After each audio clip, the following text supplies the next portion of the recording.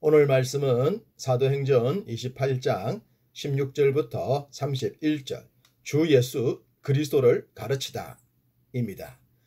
대학원을 다닐 때 해외 선교의 문이 열리면서 중국을 비롯하여 동남아 등지로 다녀오는 동기들을 볼 때에 많이 부러웠습니다.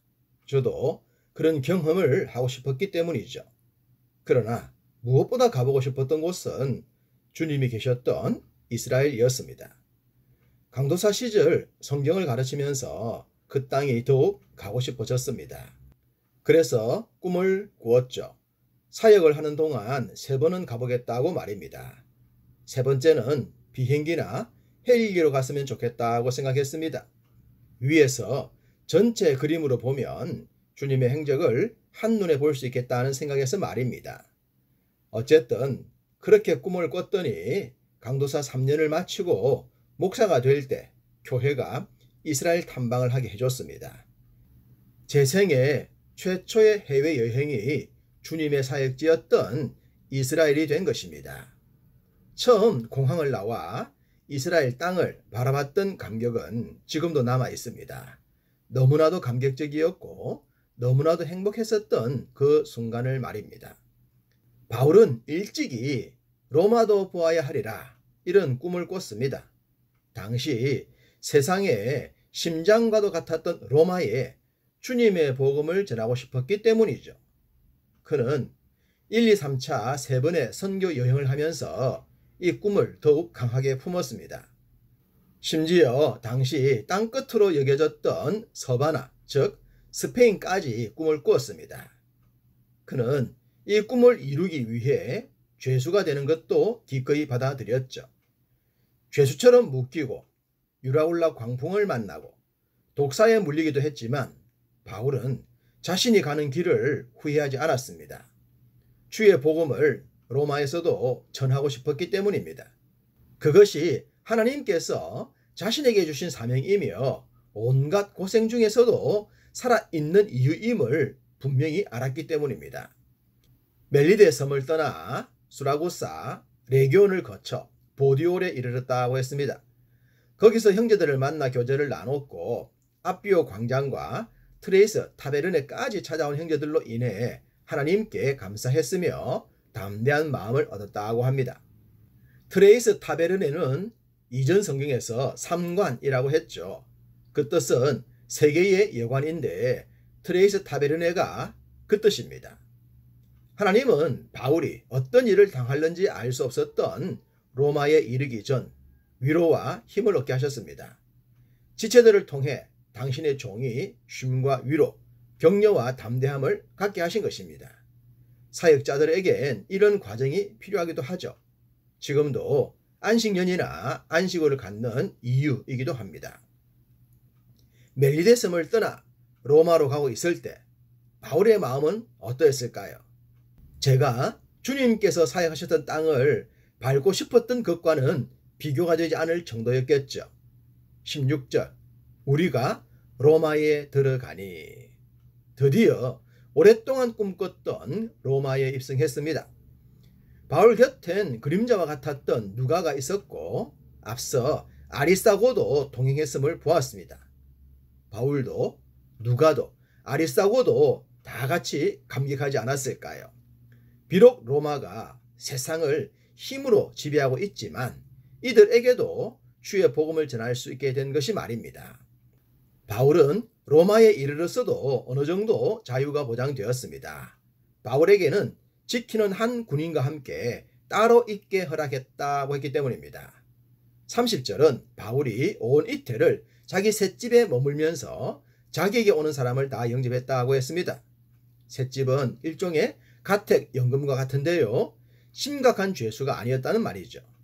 지키는 군인들도 적었고 찾아오는 사람들을 마음대로 만날 수가 있었으니 얼마나 감사합니까? 혹시라도 바울을 해하려는 무리가 있더라도 로마의 보호를 받고 있었으니 안전하게까지 했던 것입니다. 바울은 로마에 도착한 후 3일 정도 쉬는 시간을 가졌습니다. 여독을 풀었지만 더 중요한 것은 앞으로 있을 사역을 위해 새로운 준비를 했던 시간이겠죠. 사흘 후 바울은 유대인 중 높은 사람들을 초청했습니다. 아마도 유대인들은 바울이 있는 곳으로 왔겠죠. 어떻게 이것이 가능했을까? 당시까지만 하더라도 바울은 확실한 죄명이 없었고 로마 시민권자였기 때문에 가능했을 것 같습니다. 바울이 이들을 초청한 것은 자신을 변호함과 아울러 복음을 전하기 위함이겠죠. 바울은 이들을 향해 말했습니다. 나는 이스라엘 백성이나 우리 조상의 관습을 배척한 일이 없다고 말입니다. 이것은 로마에 거주했던 유대인들과 바울 자신을 동등하게 만들려는 의도였습니다. 비록 바울이 정치적으로 뚜렷한 죄가 없더라도 유대인들의 율법적 정서와 맞지 않으면 대화 자체가 불가능했기 때문입니다. 그래서 가장 먼저 자신과 유대인들을 율법적으로 동일함을 강조했던 겁니다.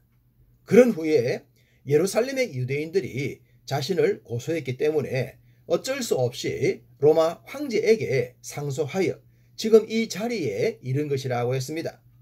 그러면서 이러함으로 너희를 보고 함께 이야기하려고 청하였으니 이스라엘의 소망으로 말미암아 내가 이 쇠사슬에 매인 바 되었다고 했습니다.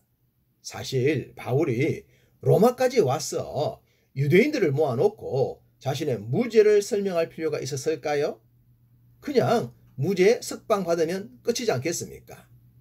그렇지만 바울이 로마에 온 이유는 단순히 무죄 처분을 받기 위함이 아니었죠. 로마 사람들이나 자신의 동포 유대인들에게 예수 그리스도를 전하기 위함이 아니겠습니까? 그래서 이스라엘의 소망으로 말미암아 내가 쇠사슬에 매였다고 한 것입니다.